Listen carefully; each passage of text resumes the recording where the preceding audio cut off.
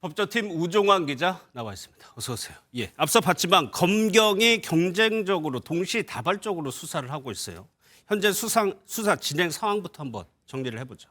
네, 이번 수사의 핵심 인물은 비상계엄을 윤석열 대통령에게 건의했고 또 비상계엄 발령 뒤에는 병력 동원을 지시했던 김용현 전 국방부 장관입니다.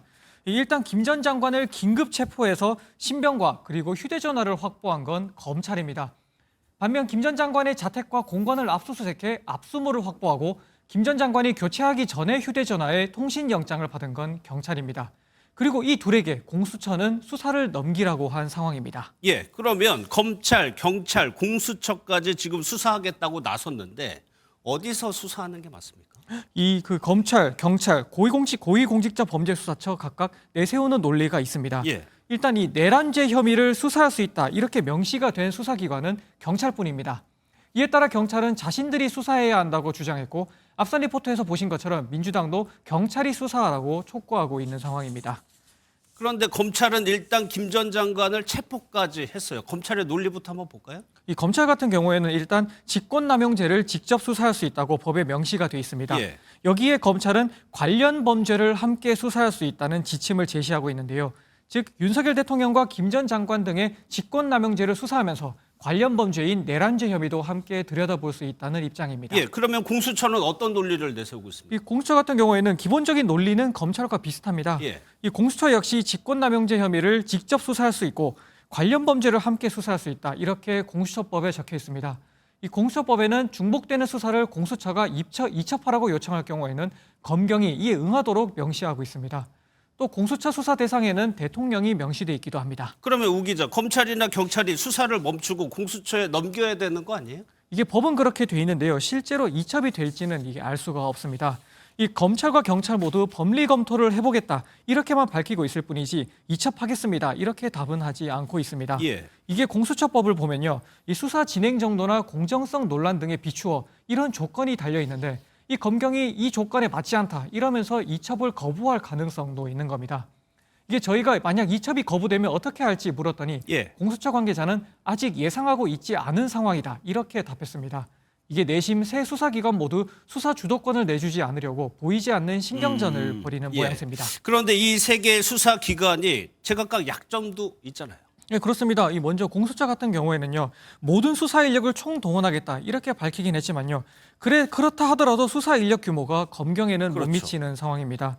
이 경찰 같은 경우에는 수장인 경찰청장이 수사 대상이고 검찰 역시 검찰총장을 지휘할 수 있는 법무부 장관이 또 수사를 받을 수 있다 이런 약점이 있습니다.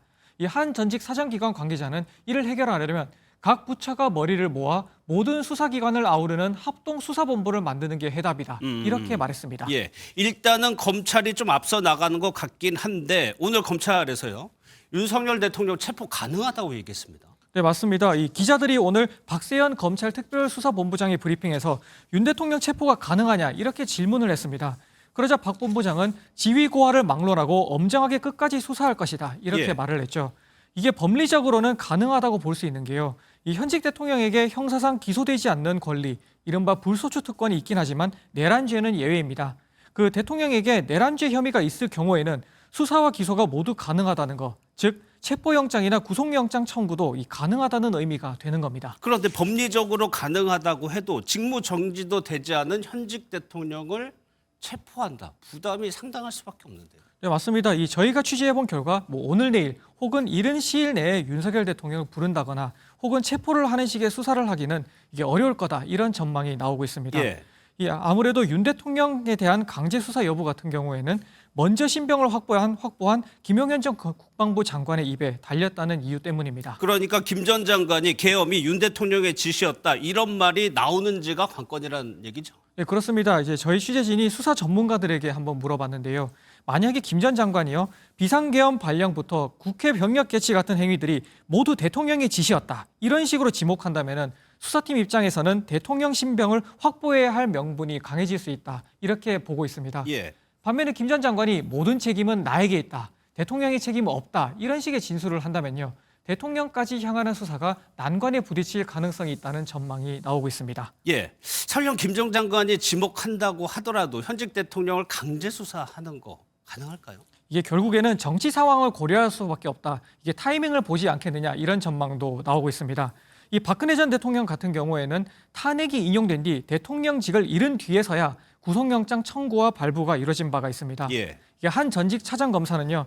하야 또는 탄핵의 시간을 지켜보며 기다리겠지만 수사팀이 만약 결심이 선다. 이렇게 되면 빠르게 움직일 수도 있다. 이렇게 말했습니다. 알겠습니다. 잘 들었습니다. 우종환 기자였습니다.